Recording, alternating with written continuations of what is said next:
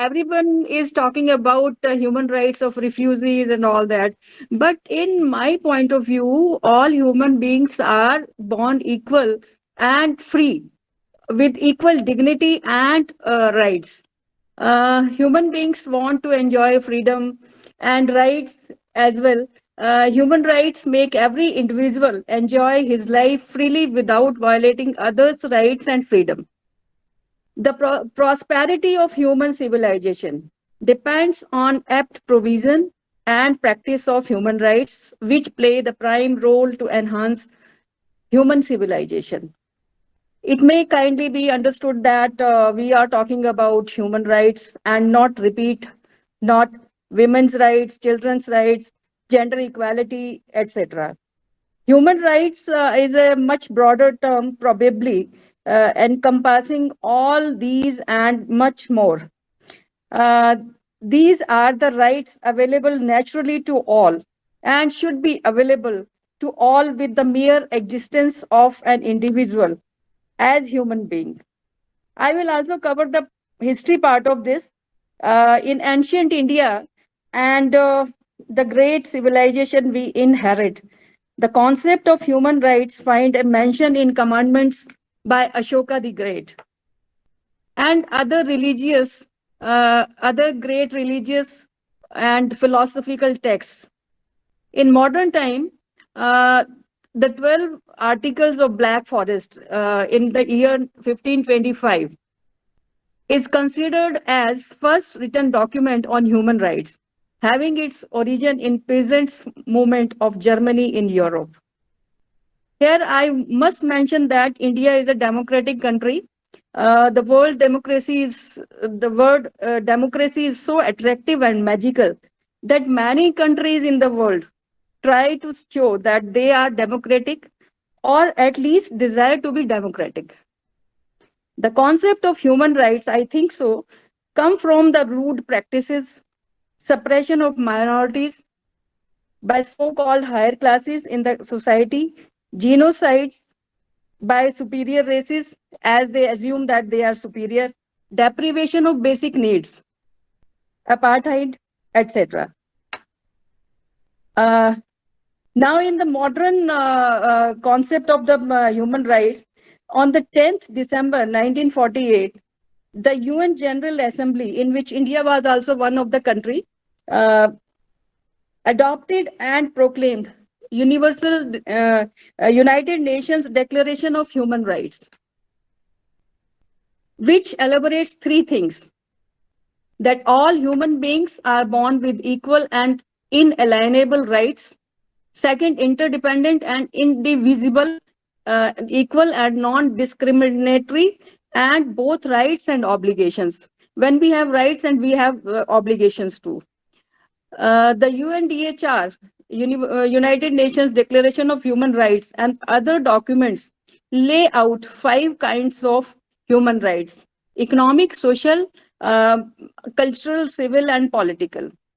United Nations is committed to upholding, promoting, and protecting the human rights of every individual on the planet Earth.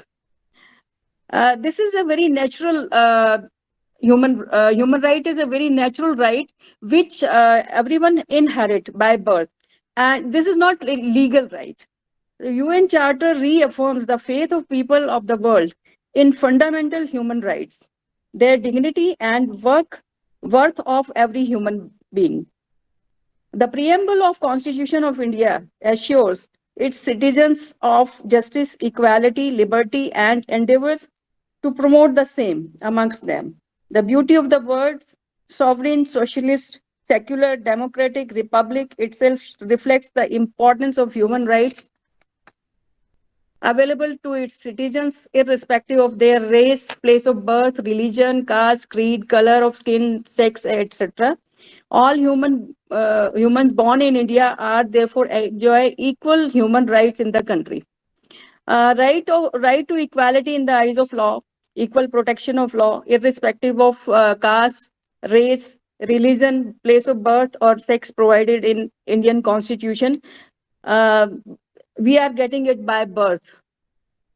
It prohibits any discrimination and ensures right to freedom, right against exploitation, right to freedom of religion, um, cultural and educational rights, right to constitutional remedies, right to expression and speech, right to shelter and housing, right to occupation, etc., and right to have a home in anywhere in the country.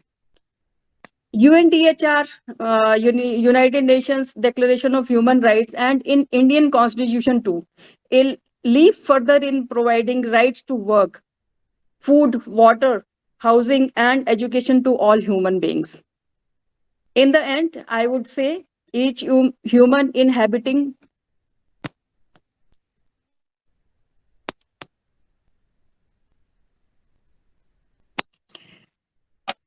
In the end, I would say each human inhabiting the planet Earth has to ensure basic human rights to other fellow beings also. When we talk about human rights, actually, we are talking about generally, in general, we are talking about the human rights of the culprits, accused, and prisoners. But actually, we ignore the rights, human rights of the victims who are victimized by the culprits, and even we forget about the rights of the police officer as a human being, which one inherits by birth. So this would be possible if we all resolve to respect each other's existence, faith and beliefs, religion, sexuality, race, ethnicity, cultural tradition, tolerance for each other, and a universal brotherhood, etc. This would be possible with all of us becoming more evolved educationally, socially, spiritually, and above all, humanly. Best wishes for Human Rights Day to everyone. Thank you so much. I hope we will have a better world to live in. Thank you so much.